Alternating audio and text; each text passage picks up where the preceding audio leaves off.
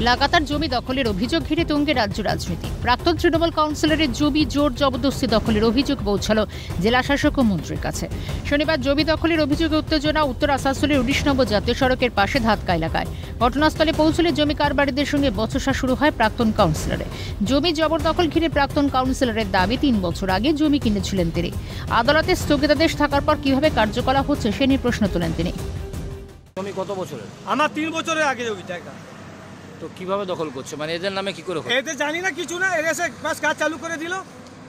বলছে আমরা এখানকার অমুক আছি, অমুক নেতার সঙ্গে জানাশোনা আছে। আমি মাননীয় মন্ত্রী মলয় ঘটক কাছে রিকোয়েস্ট করব যে দেখুন এরা জোর করে জায়গা দখল করছে। কোর্টে অর্ডার আছে, স্টপ অর্ডার কোর্ট ইস্যু করেছে। তারপরে অজয় সিং আর রঞ্জিত সিং জোর করে জায়গাটা আমার দখল করছে। আমাকে মারলো, এই দেখুন মেরেছে। এখন আমি থানায় গেছি, থানা পুলিশ বলছে আসছি আমি। एक बार इसी तरह 1 महीना पहले झमेला हुआ था। अब फिर देखिए फिर वही कर रहा, मारपीट कर रहा, झगड़ा झमेला कर रहा, इस तरह करके करेगा, गुंडामी करके जमीन को दखल कर रहा है। इन लोग का यही काम है। প্রশাসনের তৎপরতায় আজ অর্থাৎ রবিবার পর্যন্ত সেখানে কাজ বন্ধ করে দেওয়া হয়েছে এবং আগামী সোমবার জমি মাপজোপের কথা বলা হয়েছে। যদিও প্রাক্তন তৃণমূল কাউন্সিলরের দাবি আগামী 25 জানুয়ারি পর্যন্ত আদালতে স্থগিতাদেশ রয়েছে, সে জায়গায় জমিতে মাপজোপ বা কোনো কাজ হতেই পারে না। বিষয়টি তিনি পৌঁছে দিয়েছেন মন্ত্রী মলয় ঘটক এবং জেলা শাসকের কাছে। এদিকে জমি কারবারিদের দাবি উক্ত জমি তাদের প্রাক্তন কাউন্সিলর কাজে বাধা দিচ্ছেন।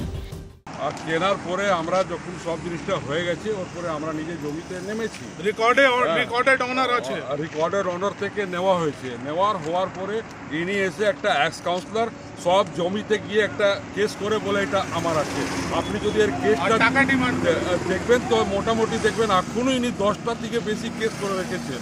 সে কোনো নামই নিয়ে না, এলাতে পুরো উমরে আর ওর ওয়াইফের নাম আছে, ও যার থেকে আমরা কিনেছি, আমরা কাজ করছি।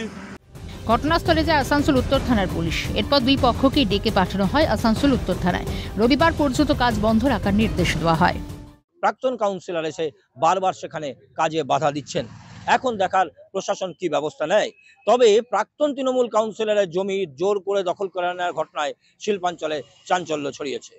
আসানসোল থেকে তৃণাঞ্জন চট্টোপাধ্যায়, ক্যালকাটা নিউজ।